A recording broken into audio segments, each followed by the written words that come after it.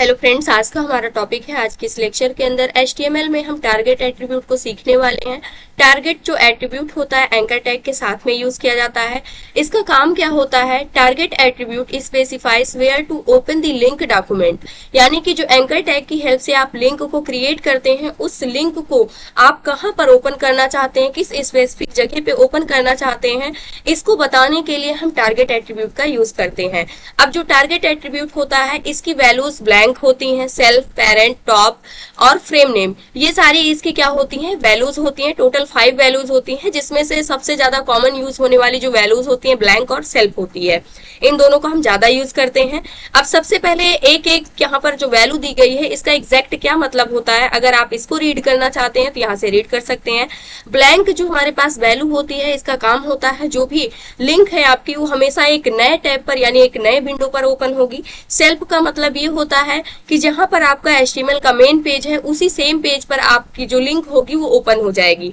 Parent का मतलब ये होता है जो पेरेंट डॉक्यूमेंट होगा उसी पर ओपन होगी। उसके बाद टॉप का मतलब यहाँ पर opens the link document in the full body of the window. Frame name, जो भी फ्रेम नेम आप सेट करेंगे उस हिसाब से वो लिंक आपकी क्या होगी? ओपन होगी। अब एक एक को यहाँ पर हम करके देखने वाले हैं। जो कॉमन यूज होते हैं ब्लैंक और सेल्फ और पेरेंट, इन तीनों को हम करके देखने वाले हैं। बाकी आप खुद से ट्राई कर सकते हैं।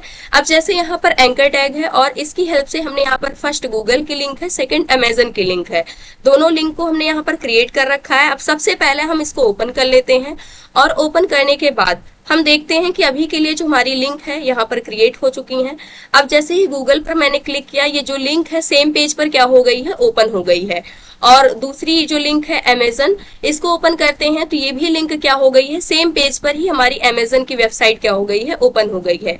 लेकिन हम चाहते हैं कि ये जो हमारा मेन पेज है, यहाँ पर इसका हम कुछ टाइटल भी दे सकते हैं। जैसे मान लीजिए यहाँ पर टाइटल हम देने वाले हैं मेन पेज दे देते हैं। इसका टाइटल हमने क्या दे दिया? Main page. अभी के लिए पेज को हम यहाँ से रिफ्रेश कर देते हैं, आ जाएंगे और पेज को रिफ्रेश करेंगे। अभी हमारा मेन पेज है। अब जैसे ही क्लिक करते हैं तो मेन पेज पे ही गूगल की लिंक ओपन हो गई, और अमेजन पर क्लिक करते हैं तो मेन पेज पे ही अमेजन की वेबसाइट ओपन हो गई। लेकिन हमें क्या करना है? अलग टैब पर ओपन कराना है। तो इसके लिए हम क्या करेंगे? यहाँ पर href के बाद हम यहाँ पर टारगेट एट्रीब्यूट सेट करेंगे और इसकी वैल्यू हम यहाँ पर ब्लैंक सेट कर देंगे। ब्लैंक का काम क्या होता है? एक नए टैब पर जो आपकी लिंक होगी वो क्या हो जाएगी?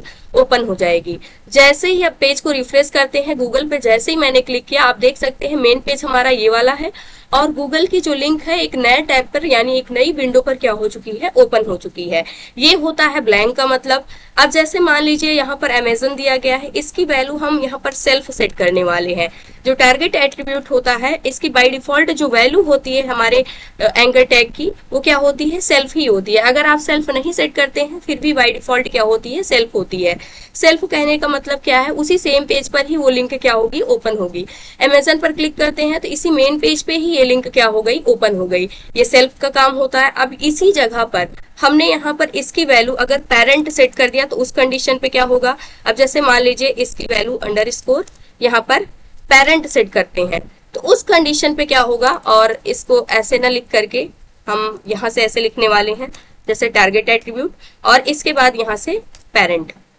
इस कंडीशन पे क्या होगा? जो ये पेज है, ये इसका जो भी पेरेंट होगा उसी पेज पर क्या हो जाएगी? वो लिंक ओपन हो जाएगी। अमेजन पर क्लिक करते हैं, सेम पेज पर ओपन होगी। जो पेरेंट एलिमेंट है वो यही है, इसी वजह से सेम विंडो पर ही हमारी जो लिंक है वो क्या हो चुकी है? ओपन हो चुकी है। इसके अलावा और भी होती हैं, आप इसको क्या कर सकते हैं? खुद से ही टेस्ट कर सकते हैं। टॉप का क्या काम होता है, फ्रेम नेम का क्या काम होता है।